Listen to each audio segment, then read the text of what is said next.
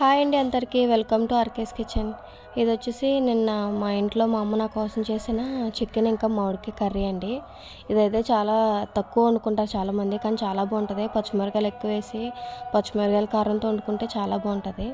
ముందుగా అయితే ఆయిల్ పోసుకోవాలి, ప్యాన్ పెట్టుకొని అది హీట్ అయిన తర్వాత ఉల్లిపాయలు వేసి అవి లైట్గా ఫ్రై అయిన తర్వాత కొంచెం గరం మసాలా, కొంచెం ధనియాల పొడి వేసి ఉప్పు వేసుకుని ఓ 2 నిమిషాలు ఫ్రై చేసుకుని ఆ తర్వాత మనం మ్యాగ్నేట్ చేసుకున్నది అల్లం వెల్లుల్లి పేస్ట్, కారం వేసుకుని మ్యాగ్నేట్ చేసుకుని చికెన్ అందులో వేసి ఒక 5 మినిట్స్ ఫ్రై చేసిన తర్వాత మళ్ళీ తగినంత కారం అలానే తగినంత నీరు వేసుకుని బాగా ఉడికించుకోవాలి.